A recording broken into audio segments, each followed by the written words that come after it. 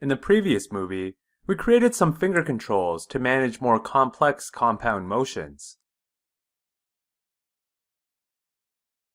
In this movie, we'll add the ability to raise, lower, and roll the palm from side to side. Start by opening the file Character Rigging, Part 30 Start, or by using your own file from the previous lesson. A palm raise control will make common motions, like pushing off of objects or standing up at a table, very easy to animate. The technique for rigging this is very similar to the reverse foot rig we built in Part 19.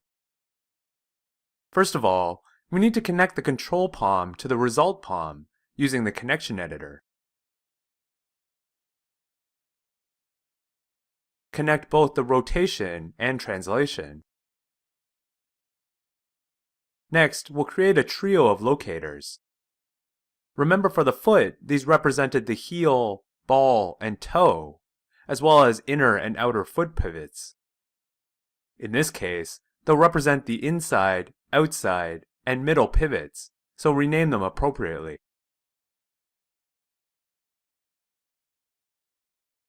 Now position them such that the inner and outer pivots lie just outside either side of the palm, and the middle pivot lies right on the middle finger's base joint.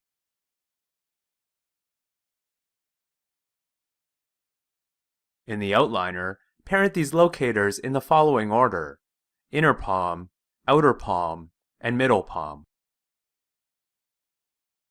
Now duplicate the result hand and delete all its children. Rename it left hand base const joint and parent it under the middle palm locator. So what happens if we parent constrain our control hand to this? Well, we don't quite get what we want.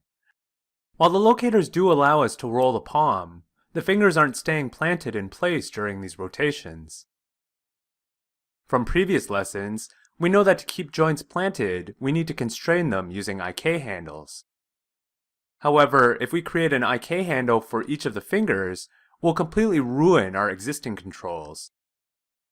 To facilitate this, we're going to create a new joint structure specifically to accommodate our needs. Duplicate the left pointer 1 compound control joint. In this new chain, parent the last joint to the first and delete the rest of the duplicated children. Rename them left pointer straight start joint and left pointer straight end joint. Now create an IK handle between these two joints using an IKSC solver. Rename the handle and effector appropriately, and group the handle into a left hand straight handle group. Parent the left pointer 1 compound control joint under the new start joint. Rotate one of the pivots again. If we turn on the visibility of the control hand, notice how the pointer finger stays in place. That said, the result hand, on which the proxy geometry is parented, doesn't follow. This is the result of a space issue.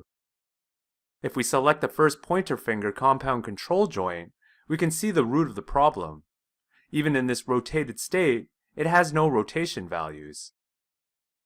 This is because these rotations have been absorbed by the new straight start joint we created on top of it.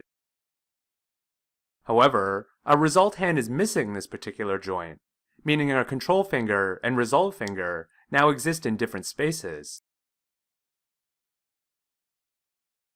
To realign them back to the same space, duplicate the left pointer 1 straight start joint and delete its children.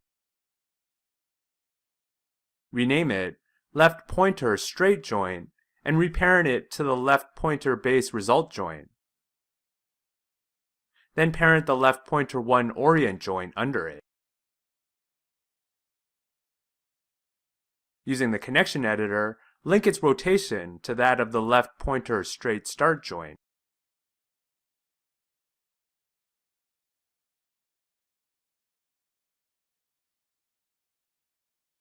Now if you try rotating on the pivot locators again, the pointer finger stays straight even as the palm moves. Repeat the process to create straight joint functionality for the other fingers, placing all their IK handles into the left hand straight handle group.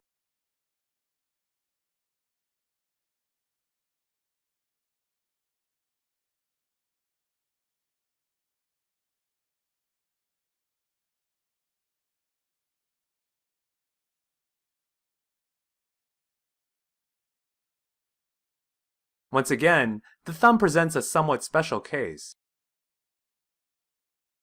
Notice how we've set up the straight joint just above the orbit joint in the hierarchy. This is because we want the thumb to bend at the orbit joint during a palm rotation. With the palm functionality working, let's create some custom attributes to control the rotation of these pivots. Name the first one Palm Raise and set its minimum to -90 and maximum to 90.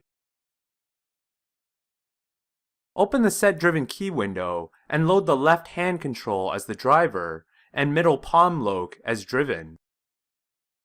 Set a key between the Palm Raise attribute and the locator's Rotate Z attribute.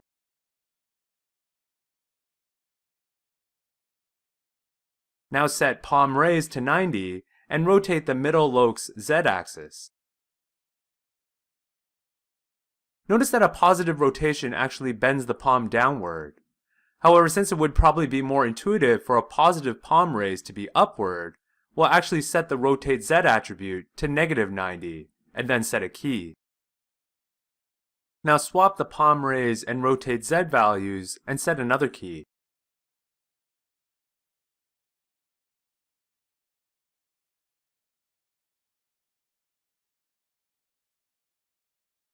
Now add a side roll attribute with a minimum value of -90 and a maximum value of 90. Load the inner palm loc and outer palm loc as driven. We'll use the side roll attribute to drive the inside and outside locator pivots. Set a key on both pivots' rotate X values. At a side roll value of 90, rotate the outer locator -90 degrees and set a key.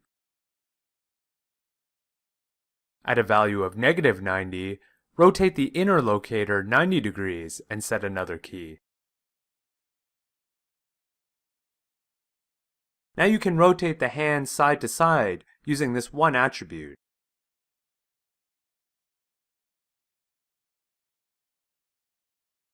Hide all the pivot locators and the left hand straight handle group. Let's also group all the controls together into a left hand control group and parent constrain them to the left hand base const joint. This way they'll follow the palm.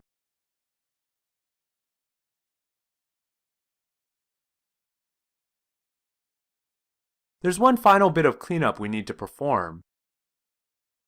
Due to the addition of the IK handles, our hand control's spread has been altered. We'll need to adjust for the extra influence by setting new values for the spread at 10 and -10.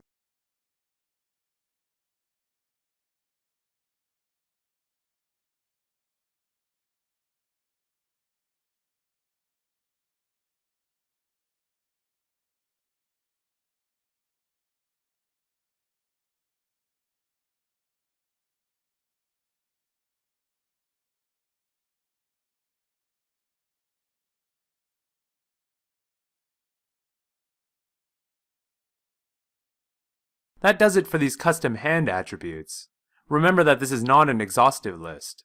If your animators request additional finger or palm controls, you can add them to this hand rig using the techniques you've learned in past movies. In the next movie, we'll attach our hand to the arm and then clean it up using our rigging checklist.